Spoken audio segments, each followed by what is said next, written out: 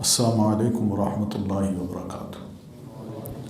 الحمد للہ وکفا والصلاة والسلام علی من لا نبی بعدہ، اما بعد فاعوذ باللہ من الشیطان الرجیم، بسم اللہ الرحمن الرحیم۔ تبت یدا ابی لہب وتب، ما اغنی عنہ مالہ وما کسب، سیصلی نارا ذات لہب وامرأته حمالة الحطب، فی جیدہا حبل من مسد۔ آپ تمام حضرات کا شکریہ کہ آپ اپنی محبت لیے یہاں تشریف لائے۔ اللہ کی محبت، قرآن کی محبت، ایک قرآن کے ادارے سے محبت، اور اس میں کام کرنے والی خواتین اور مرد حضرات سے دینی محبت، اللہ تعالیٰ اس کو قبول فرمائے۔ دین کا کام بہت آسان بھی ہے اور ایک اعتبار سے بہت مشکل بھی۔ مشکلات تو بہت پیش آتی ہیں، مگر اللہ تعالیٰ مشکلات کے بعد آسانیوں کو بھی فراہم کر دیتا ہے۔ ان مع العسر یسرا۔ مشکلات ہوتی ہیں، تنگیاں ہوتی ہیں، مگر اصول یہ ہے کہ پہلے مشکلات کو برداشت کر لیجئے، پھر اس کے بعد انشاءاللہ آسانیاں ہوں گی۔ یہ صورت جو میں نے آپ کے سامنے تلاوت کی ہے، اس صورت میں اسی اصول کا ذکر اللہ تعالیٰ نے کیا ہے کہ اصول یہ ہے کہ نبی صلی اللہ علیہ وسلم نے جب نبوت کا دعویٰ کیا اور لوگوں کو دین کی دعوت دی اور دین خالص کی دعوت دی، جس کی بنیادی دعوت یہ تھی کہ لا الہ الا اللہ محمد الرسول اللہ کہو۔ اس کا مطلب ہے اللہ کے علاوہ کوئی معبود برحق نہیں۔ یہ جملہ جو ہے، یہ ہے تو بڑا آسان، ہم سب اس کو پڑھتے بھی ہیں، مگر حقیقت میں اس جملے کی تہ میں بہت گہری بات ہے، اور اس گہری بات کو ہمارا مسلمان نہیں سمجھ سکا، مگر مکہ کا وہ شخص جو نبی علیہ الصلاۃ والتسلیم کا مخالف بنا اور آپ کو رسول تسلیم نہیں کیا، وہ روز بروز اس جملے پر غور و فکر کرنے کے بعد آپ کا ازلی دشمن بنتا گیا، اس لیے کہ اس کا مطلب یہ تھا یا یہ ہے کہ اللہ کے علاوہ جتنے بھی معبود ہیں جو انسانوں نے یا تو خود بنائے ہوئے ہیں یا انہوں نے خود اپنی طرف سے دعویٰ کیا کہ ہم خدائی کا مقام رکھتے ہیں، تو اس جملے میں یا اس کلمے میں یہ کہا گیا کہ اللہ کے علاوہ کوئی معبود برحق نہیں، سب باطل ہے، سب جھوٹ ہے، سب فراڈ ہے۔ اب کوئی اپنے خدا کے بارے میں ایسی بات سنے اس کلمے کو تو کہاں برداشت کرے گا؟ تو یہ ایک کیفیت تھی جب نبی علیہ الصلاۃ والتسلیم نے اس کی دعوت دی، تو لوگوں کے اندر ایک بھونچال سا آ گیا، اور بہت سے لوگ جو اپنے بھی تھے پرائے بھی تھے، وہ آپ کے مخالف سے مخالف تر بنتے گئے، اور انہی کی ایک مثال دیتے ہوئے اللہ تعالیٰ نے نبی علیہ الصلاۃ والتسلیم کے جو چچا ہیں، پیارے نبی علیہ السلام کے جو فادر تھے عبداللہ، چھوٹے تھے، اور یہ عبداللہ کے بعد ابو لہب جو تھے یہ بڑے تھے، یہ بہت ہی بڑے تھے۔ تو ابو لہب ایک خوبصورت انسان تھا، قریشی تھا، ہاشمی تھا، گورا تھا، لال سرخ تھا، جس کی وجہ سے اس کو ابو لہب کہا جاتا تھا۔ لہب کہتے ہیں شعلے کو، اور ابو لہب کا مطلب شعلوں والا، یعنی اس کا چہرہ دیکھیں تو اس سے ایسے خون ٹپک رہا ہوتا تھا، تر و تازہ، خوش۔ تو یہ نبی علیہ السلام کا چچا تھا، اور خود سوچئے پھر نبی علیہ السلام اس کے مقابلے میں کتنے خوبصورت ہوں گے۔ اس شخص کا نام عبد العزیٰ تھا، جو دادا نے رکھا، عبد المطلب نے رکھا، ان کے بیٹے تھے، ان میں عبد العزیٰ بھی تھا۔ تو اللہ تعالیٰ نے اس کے نام سے قرآن مجید میں سورت تو اتاری، مگر یہ پسند نہیں کیا کہ اس کے نام کا ذکر کر کے اس کی صورت کو ہمیشہ کے لیے قرآن کا حصہ بنایا جائے، کیونکہ یہ شرکیہ نام ہے۔ عبد العزیٰ، عزیٰ کہتی تھے ان کی دیوی کی، جو انہوں نے بنا رکھی تھی، اس کی پوجا کرتے تھے، اس کی عبادت کرتے تھے، اسی کو معبود اپنا سمجھتے تھے۔ تو اس دیوی کے نذرانے کے طور پر جب بچوں کو اس کی طرف منسوب کرتے تو عبد العزیٰ کہہ دیتے تھے کہ عزیٰ کا غلام، عزیٰ کا بندہ، اور عزیٰ جیسی معبود کا بندہ۔ تو یہ شخص نبی علیہ الصلاۃ والتسلیم کا نہ صرف مخالف ہوا بلکہ اس کی آل اولاد، بیوی سمیت پورا خاندان، اس نے سر سے لے کر پاؤں تک یا دن رات ایک کر کے جتنی بھی کوشش کی مخالفت کی، اس میں کوئی کسر نہیں چھوڑی۔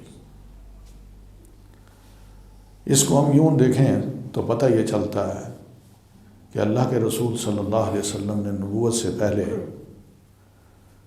سیدہ خدیجہ رضی اللہ تعالیٰ عنہا سے نکاح کیا تھا جب آپ 25 سال کے تھے، اور 15 سال بعد آپ کو نبوت ملی۔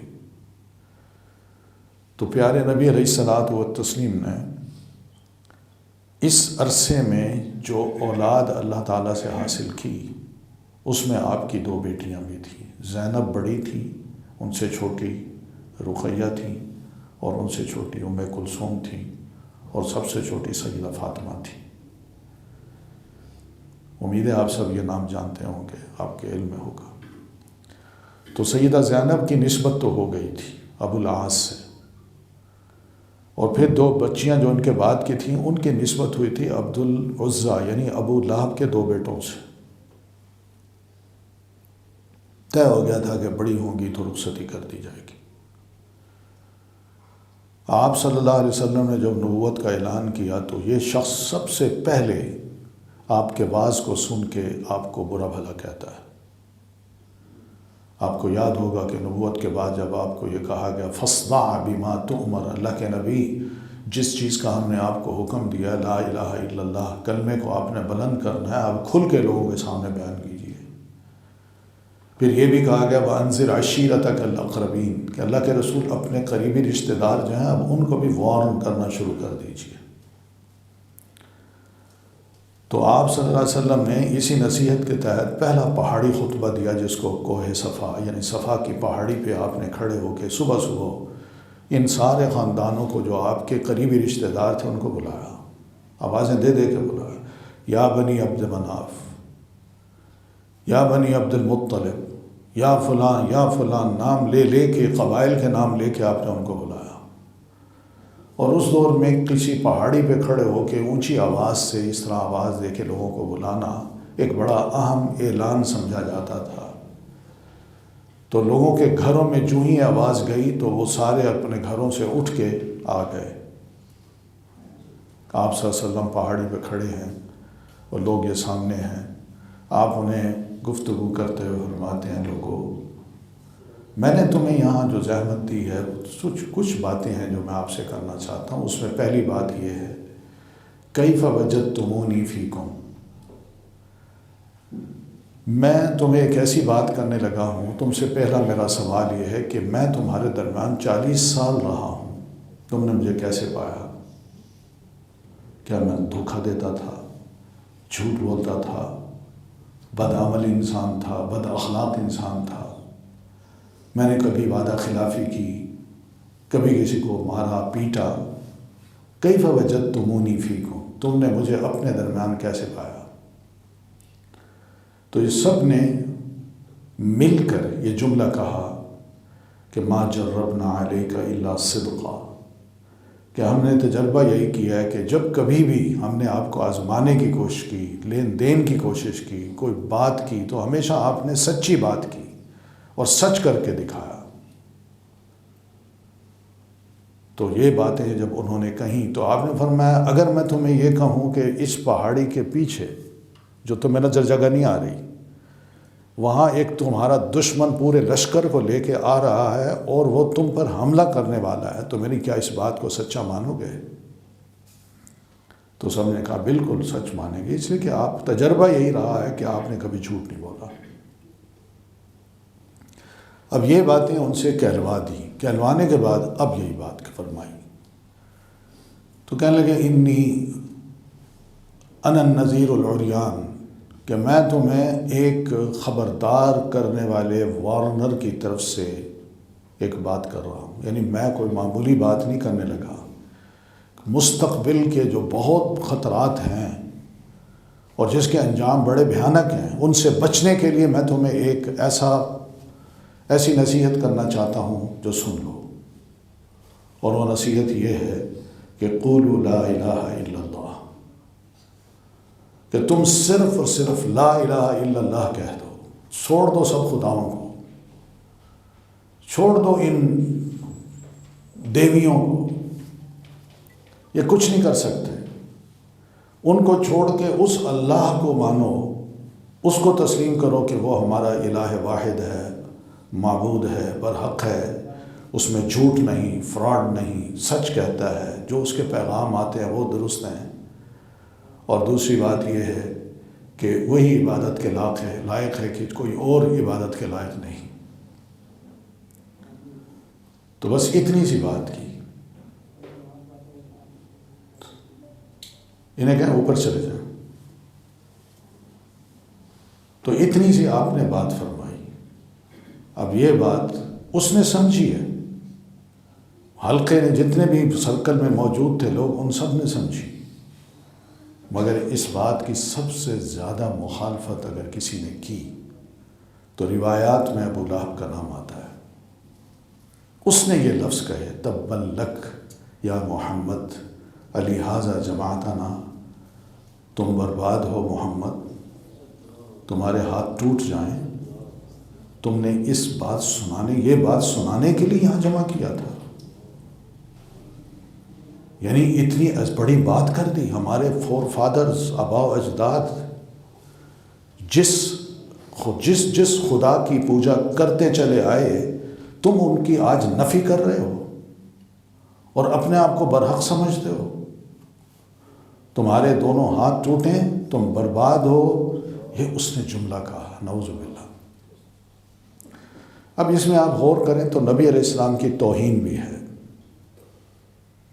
آپ اللہ کے رسول ہیں، یہ چچا ہے اور عمر میں بڑا ہے، لیکن بحیثیت رسول کے اس کا مقام اور مرتبہ رسول اللہ صلی اللہ علیہ وسلم سے کہیں چھوٹا ہے، کہیں چھوٹا ہے، بلکہ کچھ ہے ہی نہیں، اس لیے کہ مشرک ہے۔ تو آپ صلی اللہ علیہ وسلم نے اس کی یہ بات سنی لیکن کوئی جواب نہیں دیا۔ رسولوں میں بڑی برداشت بھی ہوتی ہے، صبر بھی ہوتا ہے، اور شروع سے ہی ان کو یہ تعلیم دی جاتی ہے کہ فاصبر کما صبر اولو العزم من الرسل، ہر شے کو برداشت کرنا ہے، مخالف کی ہر مخالفت کو، اس کے ہر لفظ کو برداشت کرنا ہے، پلٹ کے جواب نہیں دینا۔ اور یہ کام آپ کا نہیں بلکہ آپ سے پہلے اولو العزم پیغمبر جو تھے، ان کے سامنے مشکلات کے بڑے بڑے پہاڑ کھڑے ہوئے، لوگوں نے بڑی مخالفتیں کی، بڑا زج کرنے کی کوشش کی، ان کے خلاف بڑا پروپیگنڈا کیا، وہ اپنی جگہ پر پہاڑ کی طرح جمے رہے، لیکن پلٹ کے ان کے ساتھ کوئی بدتمیزی نہیں کی، کوئی برا جواب نہیں دیا، یہ نہیں کہا کہ میں اینٹ کا جواب پتھر سے دوں گا، برداشت کیا۔ تو پیارے نبی صلی اللہ علیہ وسلم خاموش رہے۔ اب آپ تو خاموش رہے مگر اللہ اس توہین کو برداشت کر سکا؟ اللہ تو خاموش نہیں رہا۔ اللہ تعالیٰ نے یہ نہیں دیکھا کہ یہ نبی علیہ السلام کے خاندان کا فرد ہے، آپ کا چچا ہے، ابو لہب ہے، قریشی ہے، ہاشمی ہے، عربوں کا لیڈر ہے، اگر میں اس کے بارے میں کوئی بات کروں گا تو کہیں خدا نہ خواستہ رسول اللہ صلی اللہ علیہ وسلم کی بدنامی نہ ہو کہ آپ کے خاندان کا یہ فرد تو آپ کی مخالفت کرتا رہا۔ مگر اللہ تعالیٰ نے یہ صورت اتار کے ایک اصول بتایا کہ مخالفت کوئی اپنا کرے پرایا کرے وہ مخالف ہے میرے نزدیک، اور اگر غیر جو ہے وہ آپ کی مخالفت نہیں حمایت کرے اور آپ کو رسول اللہ تسلیم کر لے تو اس کا مقام آپ کے قریبی رشتہ دار کے مقابلے میں میرے نزدیک کہیں بڑھ کر ہے۔ اور اس کی مثال آپ دیکھ لیجئے، کتنے صحابہ تھے جو باہر کے تھے، اجنبی تھے، غیر عرب تھے، مسلمان ہوئے، اللہ اللہ کرتے، احد احد کرتے، مار کھاتے تھے، مگر اللہ کے نزدیک ان کا مقام ان سے بڑا تھا، بہت بڑا تھا۔ یعنی اسی وجہ سے تو ایسے صحابہ کو جو بلال حبشی ہیں، سلمان فارسی ہیں، صہیب رومی ہیں، اور غریب صحابہ جو عمار بن یاسر، عمار ہیں، یاسر ہیں، اور اسی طرح اس خاندان کے دوسرے افراد جو مار کھاتے تھے، پٹتے تھے، لیکن صبر کرتے تھے، اور دین حق پر جمے رہنے کی وجہ سے اللہ تعالیٰ نے ان کو رضی اللہ عنہم کہا، اور جنہوں نے مخالفت کی اس کے بارے میں یہ کہا غضب اللہ علیہم ولعنہم واعد لہم عذابا علیما، کہ اللہ ان پر نہ صرف ناراض ہوا بلکہ اللہ نے ان پر اپنی لعنت مسلط کر دی، اور ان کے لیے ایسا زبردست قسم کا عذاب تیار کر رکھا ہے جس کے لیے ان کے جسم اس کو برداشت نہیں کر سکیں گے، انگ انگ میں درد اٹھے گا، تکلیف ہوگی، برداشت نہیں کر سکیں گے، موت مانگیں گے لیکن موت نہیں آئے گی، لا یموت فیہا ولا یحیا، وہاں پہنچا تو نہ اس کو موت آنی ہے اور نہ ہی زندہ رہ سکے گا آرام سے۔ تو اس شخص نے جتنی مخالفت کی، اب پہلی مخالفت اس کی یہ تھی، اس مخالفت کا نقصان یہ ہو سکتا تھا کہ لوگ یہی کہتے بھئی آپ ہمیں باز کرتے ہیں، نصیحت کرتے ہیں، اپنے گھر والوں کو سنبھالیں، آپ کا چچا آپ کا مخالف ہے، ہونا تو یہ چاہیے تھا کہ آپ کا چچا آپ کو پہلے رسول مانتا، آپ ہم سے منوا رہے ہیں، جائیں جائیں پہلے گھر والوں کو منوائیں۔ تو کیا یہ واقعی یہ اصول غلط ہے؟ یہ اصول صحیح ہے؟ غلط اصول ہے، یہ اصول ہی غلط ہے۔ یہ تو اللہ کا ایک اصول ہے، اپنی دین ہے، جس کو چاہے وہ ہدایت دے، یہدی من یشاء، کہ جس کو چاہے ہدایت دے اور جس کو چاہے گمراہ کر دے، یہ ایک اصول ہے۔ کیا نوح علیہ الصلاۃ والتسلیم اللہ کے رسول نہیں تھے؟ کیا انہوں نے 950 سال لوگوں کو تبلیغ نہیں کی؟ مگر گھر میں اپنا بیٹا وہ مسلمان نہیں ہو سکا، اور پھر اس کا انجام بھی اللہ تعالیٰ نے ایسا بتایا کہ ہم دنیا والوں کے لیے ایک عبرت کا سبب ہے کہ کوئی سید زادہ ہی کیوں نہ ہو، اگر وہ اپنے رسول کی، اپنے باپ کی اطاعت نہیں کرتا اور اس کو رسول نہیں تسلیم کرتا تو سید زادگی اس کو کوئی فائدہ دینے والی چیز نہیں ہے، بلکہ جو چیز فائدہ دے گی وہ کیا چیز ہوگی؟ ایمان، رسول پر ایمان، اس کی تعلیمات پر ایمان۔ تو یہ جو تعلیمات تھیں اس شخص نے سب سے پہلے مخالفت کی۔ اب مخالفت میں گھر آیا اور دیکھ رہا ہے کہ اللہ کے رسول میری اس ڈانٹ پہ اور میری اس بد دعا پہ باز نہیں آئے، اپنا کام ویسے ہی کر رہے ہیں، اور لوگ آہستہ آہستہ مسلمان بھی ہو رہے ہیں، ان کی باتیں تسلیم کی جا رہی ہیں۔ روایات میں یہ آتا ہے کہ وہ جہاں کہیں بھی نبی علیہ الصلاۃ والتسلیم کو دیکھتا کہ آپ ادھر رک کر کے جا رہے ہیں اور کوئی مجمع ہے، کوئی میلہ ٹھیلا ہے، وہاں پبلک اکٹھی ہوگی، تو یہ آپ کے پیچھے چل پڑتا، آپ وہاں جاتے، لوگوں کو اکٹھا کرتے اور کہتے میری ایک بات سن لو، اور جب لوگ اکٹھے ہوتے تو آپ قرآن پڑھتے، اور آپ کا پڑھنے کا جو انداز تھا وہ دل میں اترنے والا تھا، اور پھر قرآن مجید خود اپنا ایک اثر رکھتا ہے، وہ بھی دل میں اترتا ہے۔ تو لوگ پورے انہماک کے ساتھ نبی علیہ الصلاۃ والتسلیم کی گفتگو بھی سنتے، آپ کا قرآن پاک بھی سنتے، اللہ کا کلام سنتے، ان کا دل موو ہوتا تھا۔ آپ اسی لمحات میں آپ گفتگو کر رہے ہیں تو کہیں سے آپ کو پتھر لگ رہے ہیں، اتنے موٹے کنکر، کوئی سر پہ لگ رہا ہے، کوئی بازو پہ لگ رہا ہے، کوئی ہاتھ پہ لگ رہا ہے، کوئی جسم پہ، کمر پہ، کوئی پیٹ پہ، کوئی ٹانگ پہ۔ لوگ دیکھتے کہ مارنے والا کون ہے، مگر رسول اللہ صلی اللہ علیہ وسلم مڑ کے بھی نہیں دیکھتے تھے اس کو۔ کیوں؟ اس لیے کہ وہ اپنا کام کرے، میں اپنا کام کرتا جاؤں، اور میں جو کام کر رہا ہوں یہ آسان کام نہیں، مشکل ہے، اور اس میں نہیں چاہتا کہ لوگوں کے سامنے اپنے چچا کو جو پیچھے پتھر مارتا تھا کہ میں اس کو برا بھلا کہوں یا اس کی میری تو میں ہو جائے اور میں مذاق بن جاؤں۔ برداشت کرتے تھے،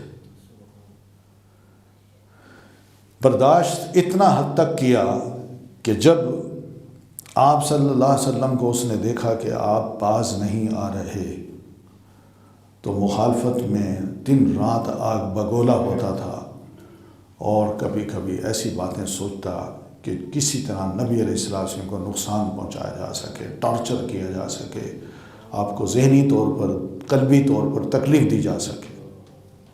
آخر اس نے ایک فیصلہ کیا، اپنے دونوں نوجوان بیٹوں کو بلایا اور نے کہا میں تمہیں ایک نصیحت کر رہا ہوں، میری بات غور سے سننا اور نہ کرنا، ورنہ تم نہ میرے بیٹے ہو نہ میں تمہیں تسلیم کروں گا۔ عجیب بات، ابھی جاؤ محمد صلی اللہ علیہ وسلم کو منہ پہ یہ کہہ کے آؤ کہ ہم تمہاری بیٹیوں سے شادی نہیں کرتے، رشتہ ختم۔ دونوں اٹھے گئے، اور ایک نے جا کے ذرا بدتمیزی نہیں کی لیکن صاف صاف کہہ دیا کہ میں شادی نہیں کر سکتا، میرا اور آپ کا رشتہ ختم، بس ہماری مخالفت اس بنیاد پہ ہے کہ آپ لا الہ الا اللہ کی دعوت دے رہے ہیں اور ہم اس کو تسلیم نہیں کر رہے، لہذا اگر آپ اپنی بات پہ ڈٹے ہوئے ہیں تو ہم بھی اپنی بات پہ ڈٹنا چاہتے ہیں، اور اس سلسلے میں کوئی قربانی دینا پڑے ہم اس کے لیے تیار ہیں، اور پہلی قربانی یہ دے رہے ہیں کہ ہم آپ سے اپنا رشتہ ختم کر رہے ہیں۔ اب دیکھیں، ایک والد کو، بچی کے والد کو منہ پہ آ کے کوئی نوجوان لڑکا یہ لفظ کہے تو سوچیں اس کے دل کا کیا حال ہوگا، لیکن آپ کے اندر برداشت تھی، سمجھتے تھے کہ اللہ کے فیصلے ہیں، اللہ ہی بہتر سمجھتا ہے، میرا دوست، میرا یار، مجھ سے محبت کرنے والا میرا اللہ ہے اور کوئی نہیں۔ تو ایک نے تو یہ لفظ کہہ دیا، دوسرے ذرا آگے بڑھ کے بدتمیزی کی، برا بھلا کہا، اور منہ سے تھوک نکال کے پیارے نبی علیہ الصلوۃ والتسلیم کے چہرے پہ ڈالنے کی کوشش کی، مگر آپ بچ گئے۔ لیکن اس کی اس بدتمیزی پر نبی علیہ الصلوۃ والتسلیم نے اپنے منہ سے ایک جملہ بولا جو بد دعا کا تھا، وہ یہ تھا کہ اللہم سلط علیہ کلبا من کلابک، اللہ اپنے ایک کتوں میں سے ایک کتے کو اس پر مسلط کر دے، یہ آپ نے فرمایا۔ تو ہوا یہی کہ دونوں بیٹے جب گھر واپس آئے تو آ کے باپ کو بتایا کہ میں یہ کہہ آیا ہوں، اور بدتمیز لڑکے نے یہ کہا کہ میں یہ کہہ کے آیا ہوں، یہ سنا کے آیا ہوں، میں نے تھوک پھینکنے کی کوشش کی، نفرت کا اس حد تک اظہار کیا۔ تو باپ کہتا ہے یہ بتاؤ کچھ محمد نے کہا تو نہیں تھا؟ اس نے کہا ایک جملہ کہا تھا۔ کیا تھا؟ جملہ یہ تھا کہ اس نے کہا اللہم سلط علیہ کلبا من کلابک، اپنے کتوں میں کوئی کتا اس پر مسلط کر دے۔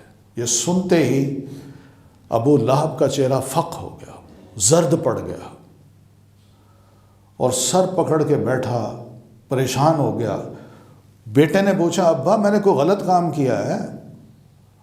آپ کیوں پریشان ہو گئے؟ آپ ہی نے تو کہا تھا کہ جاؤ اس سے رشتہ اپنا توڑ کے آؤ۔ تو توڑنے کا ایک انداز یہ بھی ہو سکتا ہے جو میں نے اس سے کیا، تو اس میں کون سی ایسی بات ہے کہ آپ بالکل ہی پریشان ہو گئے؟ مسئلہ کیا ہے؟ باپ نے کہا بیٹا میں اتنا جانتا ہوں جب محمد کے منہ سے بد دعا نکلتی ہے تو اس کا رب اس بد دعا کو سن کے پوری کر دکھاتا ہے۔ اب اور کچھ نہیں، مجھے تمہاری جان کی فکر ہے، اس کا ڈر ہے کہ کہیں تمہیں کوئی نقصان نہ ہو۔ اب وہ فکر لیے ہر وقت آگے پیچھے بیٹے کا خیال زیادہ آ گیا، اس کی محبت غالب آ گئی، اور پھر اس کے بعد بیٹے کو کہاں جا رہے ہو، کیسے، کب آؤ گے، کس کے ساتھ جا رہے ہو، اکیلے مت جاؤ، ادھر نہ جاؤ ادھر جاؤ۔ حتیٰ کہ خود سفر میں جب جاتا تھا تو اپنے بیٹے کو ساتھ لے جاتا تھا. چھوٹے چھوٹے سفر، کہ صبح جانا ہے دوپہر تک واپس آنا ہے. لمبے سفر میں بھی اپنے بیٹے کو ایک بار لے گیا.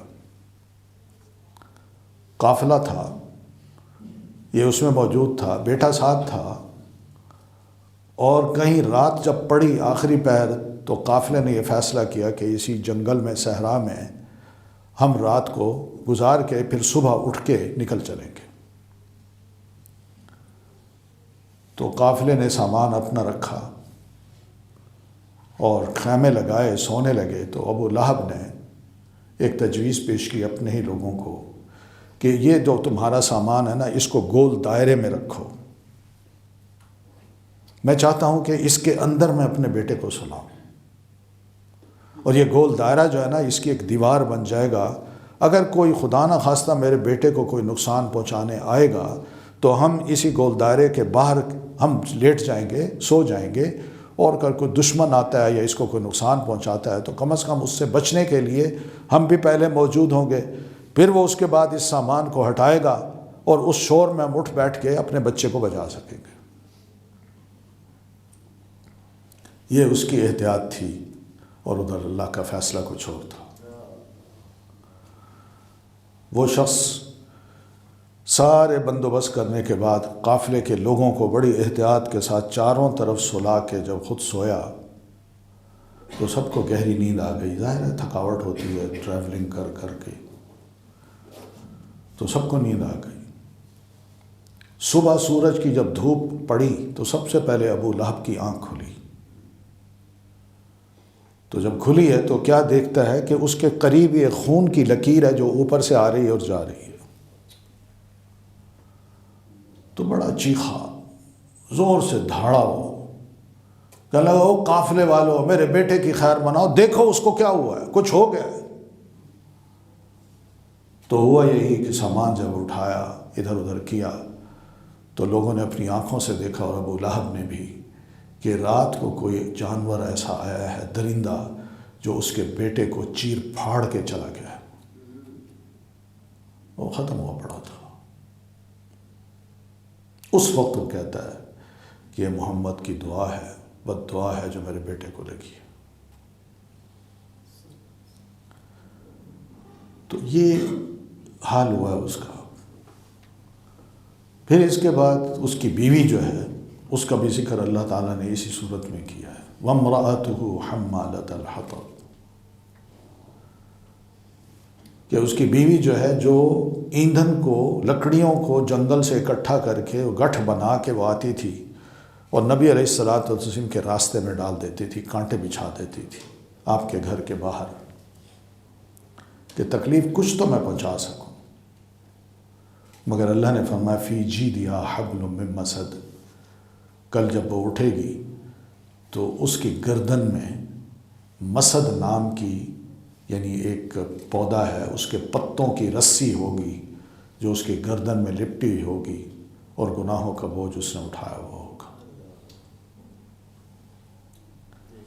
یہ اس کا انجام، اور واقعی ایسے ہی ہوا. وہ مری بھی تو ایسے ہی کہ گٹھڑ اٹھا کے آ رہی تھی، کہیں سے اس کو ٹھڈا لگا، وہ سر کا گٹھڑ جو تھا، اور گردن پہ اس نے رسی لپیٹی ہوئی تھی، سر کا گٹھڑ جو تھا وہ نیچے گرا تو اس کے کھچاؤ سے اس کی گردن کے اندر جو رسی تھی وہ بھی کھچ سی گئی اور وہ فوت ہو گئی، مر گئی.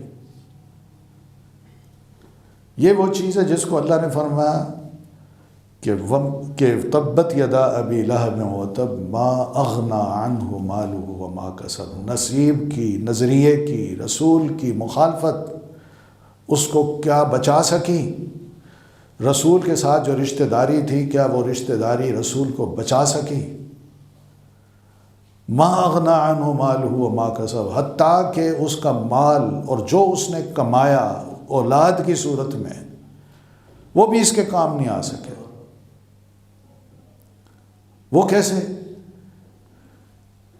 کہ تو فوتگی کے بعد اس کی لاش سے اتنی سڑان تھی، اتنی بدبو تھی کہ بیٹا قریب نہیں آیا کہ میں اپنے بیٹے کو کم از کم نہلا سکوں، دھلا سکوں، کفن پہنا سکوں، یا قبر کھود کے اس کو اندر لٹا سکوں، یہ تک نہیں ہوا۔ حبشی تھے، ان کو بلایا گیا، انہوں نے اپنے سر اور ناک کو ڈھانک کے پھر اس کے بعد اس کی لاش کو جو چارپائی پہ پڑی تھی اس کو اٹھانے سے پہلے قریب ہی کر کے گڑھا کھودا، اور گڑھا کھودنے کے بعد انہوں نے بڑے بڑے بانس لیے، ان بانسوں سے اس کی لاش کو دور سے کھڑے ہو کے دھکے دے دے کے اس کو نیچے گرایا، اور نیچے گرانے کے بعد اس کی لاش پہ مٹی ڈال دی۔ ما اغنا عنہ مالہ وما کسب سیصلی نارا ذات لہب۔ یہ شخص اب ایک ایسی آگ میں جا جلے گا جو شعلوں کی طرح ہوگی، جیسے اس کا چہرہ ہے نا، اس سے بڑھ کر جہنم کی آگ جانا وہ شعلوں کی طرح ہوگی۔ وامرأتہ حمالۃ الحطب فی جیدہا حبل من مسد۔ تو یہ چھوٹا سا خاندان ہے، پیارے نبی علیہ الصلوۃ والتسلیم کی مخالفت میں پیش نہ سنا نہ سمجھا، ضد میں آ گئے اور مخالفت شروع کر دی۔ تو اصول یہ ہے جو اس صورت سے پتہ چلتا ہے، اصول یہ ہے کہ پہلے دین کو انسان سنے، سمجھے، جانے اس کو، اور سمجھنے کے بعد جو دماغ میں بیٹھے ہوئے خیالات ہیں ان کا تجزیہ کرے کہ میری سوچیں درست ہیں یا قرآن کی یا دین کی سوچیں درست ہیں۔ ایسے رویے نہیں ہونے چاہیے جو ابو لہب کے ہیں کہ نہیں جی میں ٹھیک ہوں، باقی سب غلط ہیں، حتیٰ کہ رسول بھی غلط ہے، نعوذ باللہ۔ تم ٹھیک کیسے ہو؟ کیا دلیل ہے تمہارے پاس کہ عبد العزیٰ تم اپنا نام رکھو اور عزیٰ نام کی دیوی ہو یا کوئی اور خدا ہو، معبود ہو، پتھر کا بنا ہوا، تم اس کو خدا سمجھ کے اس کے آگے اتنا خوبصورت چہرہ جھکاؤ، ماتھا ٹیکو اور اس سے مانگو؟ کوئی عقل ہے؟ کوئی سمجھ ہے؟ کیا وہ اللہ جس نے اس کائنات کو پیدا کیا ہے، بنایا ہے، آسمان زمین، ہمیں، چرند پرند، بے شمار جانور، مخلوقات ہیں، کیا ان کو دیکھ کے ہمیں اللہ کی پہچان نہیں ہوتی؟ کیا ان کو دیکھ کے یہ غور ہم نہیں کر سکتے کہ یہ کس نے بنایا ہے؟ میرے خدا نے بنایا جس کو میں مانتا ہوں۔ آج مصیبت ہماری یہی ہے کہ ہم لوگ توحید کا معنی و مفہوم نہیں سمجھ پا رہے۔ ابو لہب جیسا بندہ جو دین سے ناواقف تھا، وہ صرف لا الہ الا اللہ کا معنی سمجھ کے اتنی مخالفت میں پیش ہوا، مگر ہمارے پیارے رسول صلی اللہ علیہ وسلم کے اس کلمے کو اور ساتھ محمد الرسول اللہ صلی اللہ علیہ وسلم کو ہم مسلمانوں کی اکثریت نہیں سمجھ پا رہی۔ اگر ہم نے سمجھا ہوتا تو ہمارے ہاں کبھی مزار نہ ہوتے، پکی قبریں نہ ہوتی، ہم بزرگوں کو خدائی کا مقام نہ دیتے، اپنے اور اللہ کے درمیان کسی کو وسیلہ نہ بناتے۔ ہمیں سمجھ ہی نہیں ہے کہ لا الہ الا اللہ کا مطلب کیا ہے۔ ہم اللہ کے علاوہ کسی اور کی قسم نہ کھاتے، ہم تعویذ گنڈوں کی طرف نہ جاتے، ہم اللہ سے ہی دعائیں کرتے، اسی سے ہی مانگتے، مگر یہ چیزیں ہمارے ہاں نہیں ہیں۔ یہ کمی ہے جو خامی ہے، رہ گئی ہے ہم مسلمانوں میں۔ تو اس خامی کو جو دور کرنے کا ذریعہ ہے وہ اللہ تعالیٰ نے قرآن مجید اتارا ہے اور پیارے نبی صلی اللہ علیہ وسلم کو بھیجا ہے۔ تو یہ دو سورسز ہیں، انہی کو اگر ہم سمجھیں قرآن مجید کو تو انشاءاللہ ہماری ذہنی، قلبی اور پھر اس کے بعد فکری جو اصلاح ہے وہ بڑی آسانی سے ہو سکتی ہے۔ آج یقین مانیں غیر مسلم کو اسلام کی اتنی ضرورت نہیں ہے جتنی اپنے مسلمانوں کو سمجھانے کی ہے۔ ہمارا مسلمان جو ہے نا بہت کم رجوع کرتا ہے اللہ کی طرف، چاہے وہ قبروں کی طرف نہ جائے، کسی اور کو خدا نہ مانے، مگر کہتا ہے میں مسلمان ہوں۔ ابھی آپ نے عزیز کی سپیچ سنی ہے تو اس میں یہی بات تھی کہ کہتا ہے میں مسلمان ہوں مگر اللہ کی طرف رجوع کرنا نہیں جانتا کہ میں مشکلات میں اللہ کو مانوں، اللہ کی طرف رجوع کروں۔ بلکہ بھول جاتا ہے، بھولا ہوا ہے۔ تو یہ تو ہمارے حالات ہیں۔ تو ان حالات میں ہم بجائے اس کے کہ حالات کو یا جو کچھ سینیریو بنتا چلا جا رہا ہے اس کو ہم کوسیں، اس وقت ضرورت ہے اس بات کی کہ ہم اللہ اور اس کے رسول کی طرف رجوع کریں، قرآن مجید کو سمجھیں اور رسول اللہ صلی اللہ علیہ وسلم کی تعلیمات کو سمجھیں۔ قرآن مجید اللہ کی کتاب ہے اور رسول اللہ صلی اللہ علیہ وسلم کی سیرت قرآن مجید کی تفسیر ہے۔ یہی دو چیزیں ہیں جو ہمیں سیدھا کر سکتی ہیں، ان دو کے علاوہ کوئی اور چیز ہمیں سیدھا نہیں کر سکتی۔